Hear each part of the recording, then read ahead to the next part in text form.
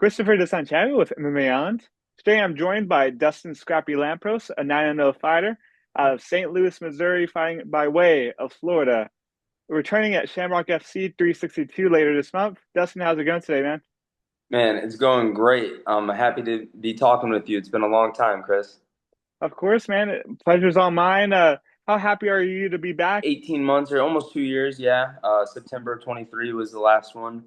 Uh, Man, I'm excited, bro. I've been trying to fight, and different situations keep happening, but let's kind of put it in God's hands. And yeah, here we are, man. March 22nd, fighting for the Shamrock FC 135 title versus Lorenzo Carter. I'm excited, bro. I'm blessed, and I'm just happy to have the opportunity and the platform to do it. hmm And you're going for champ status in this one, right? Yeah, so I currently hold the featherweight title, and I defended that in September. So now I'm fighting for the bantamweight title. It's my first time fighting back at 135 in a while, so I'm excited for that too. To get back there and be in the weight class I belong in. You feel like a brand new fighter after the layoff at Kill Cliff FC? Do you feel like kind of rejuvenated, if that makes sense? Yeah, man. I mean, I've been working on so much since my last fight, and like when I said, I'm training full time.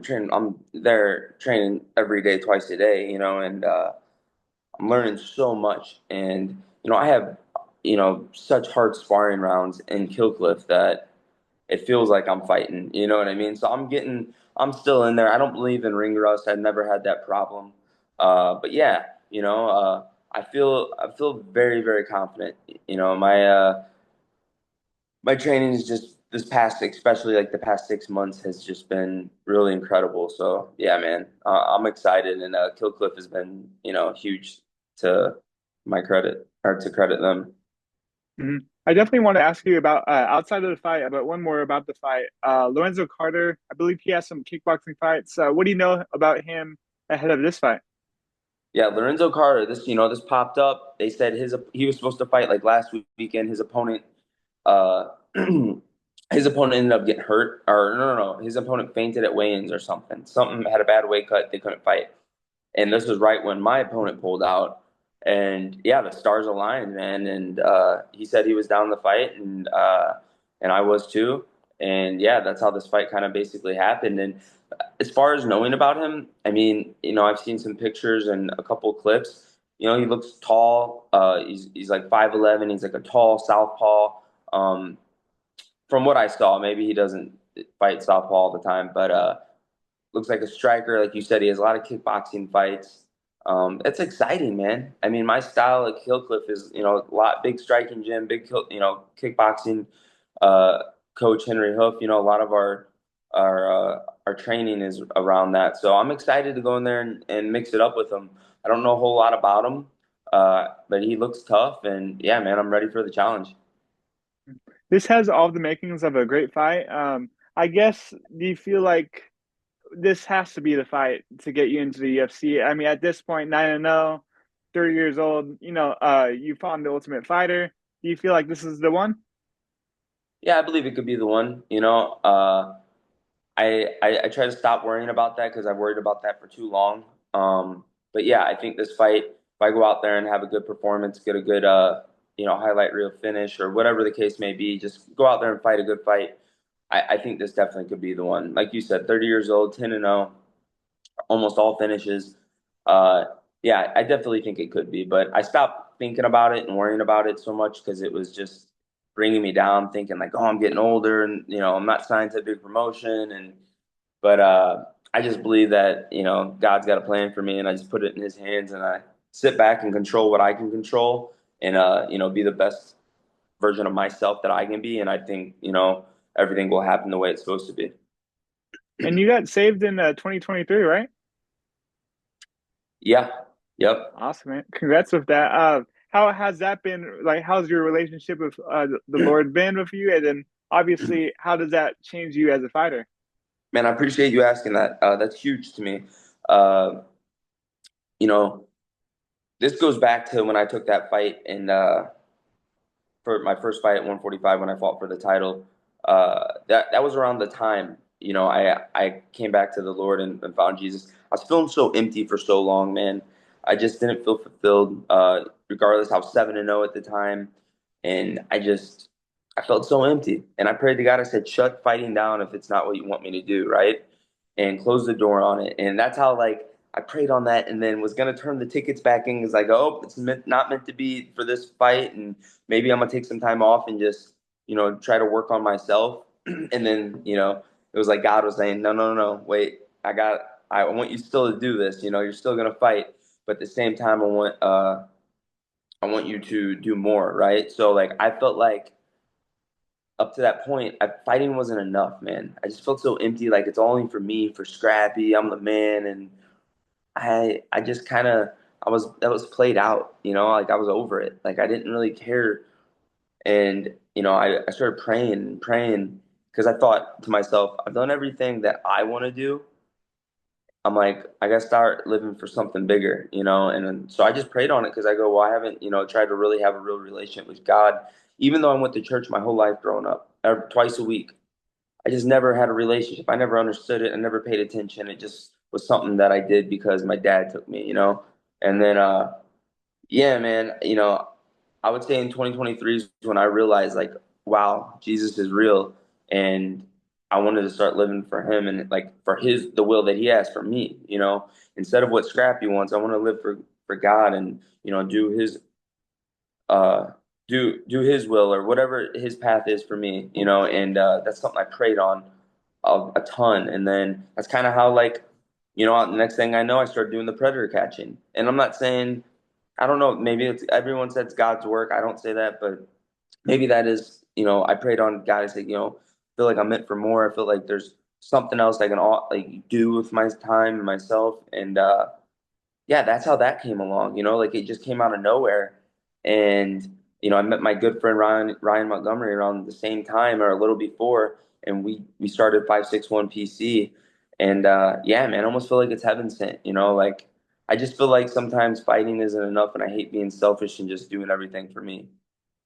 Most definitely, man. It's good to hear your testimony on that. And you have had a lot of great reception, just like a lot of media is covering it too. A lot of fans have really resonated with what you're doing. I guess what has the reception been like for you with 561 Predator Catchers? I mean, it's great, right? I mean, besides for what it's doing for me, I mean, for what it's doing in the area, man, is huge. So many people are finding out, oh wow, this person I worked with, oh wow, this person that lived by me, is a predator. And uh, to see, the feedback from the community and all over the world, people that tune into my YouTube channel, uh, it's incredible, man. The positive feedback I get compared to the negative is night and day. I mean, there's generally not much negative feedback other than someone who either just hates good things happening, I guess, like seeing, I don't know why someone would. But yeah, man, I don't know. It's been great. The feedback's been great. The appreciation from everybody has been awesome, and I appreciate everyone that supports it. I mean, they're the reason I'm able to keep it going. Them viewing it, them sharing it, them putting the heat on the police and the cops and the state attorney. Like people don't realize these videos get so much attention that it puts pressure on these law enforcement. It puts pressure on the state attorney. Like people see, oh wow, this is going on. What are they doing about it, right? So when that's being said, these state attorneys, these cops have no choice other than to act on it because it's a true crime, right? We're not this none of it's fake, none of it's, they say we're vigilante, but these are real crimes. And it's up to the police officers and the law enforcement to decide if they want to do what their job says to do and protect and serve and act on these cases. So, bro, it's been incredible. Most definitely. And I guess was there like any inspiration behind that, or like I know my older brother David likes to watch the TV shows like with the I think Chris Hansen's the guy or something like that. Did you have any inspiration from shows like that? So I saw a couple of those clips growing up. It's been years. I never thought much about it, but when my friend Ryan Montgomery brought it to my attention, like that this was a real thing. Like there's a lot of online child predators and just child predators in general. it did hit home. There was some motivation behind it. You know, my childhood best friend, growing up, like my best friend, I was with him every day. You know, he was molested by our principal from sixth to eighth grade, and I didn't know about it until our principal committed suicide, and then my best friend told me and sued the school.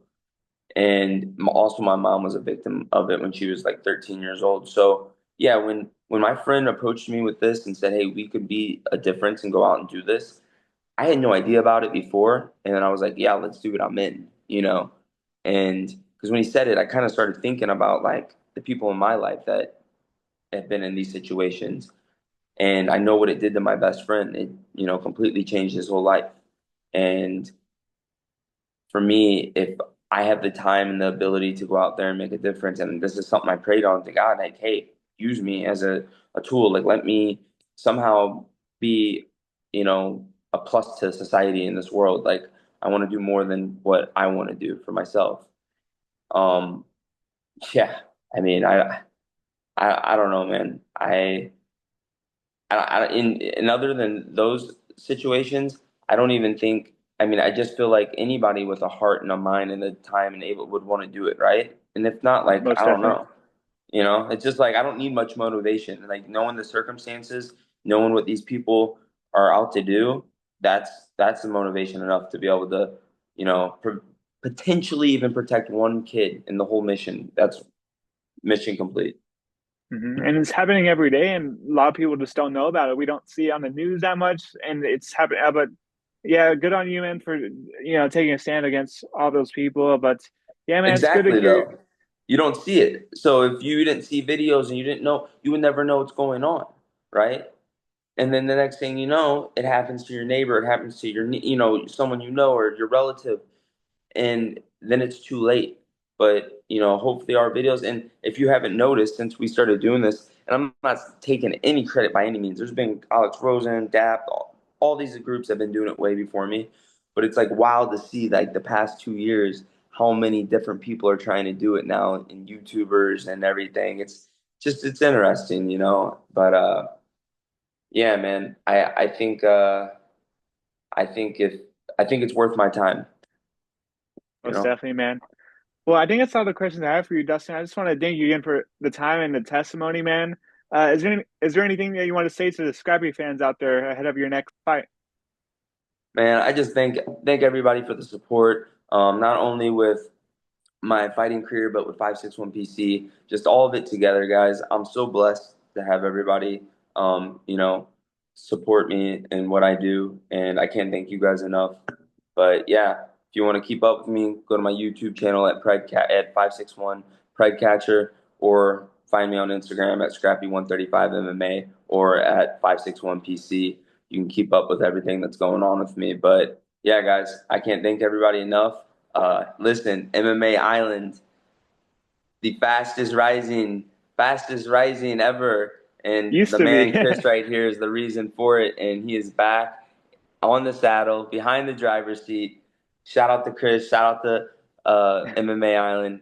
Keep being great. I appreciate you, bro.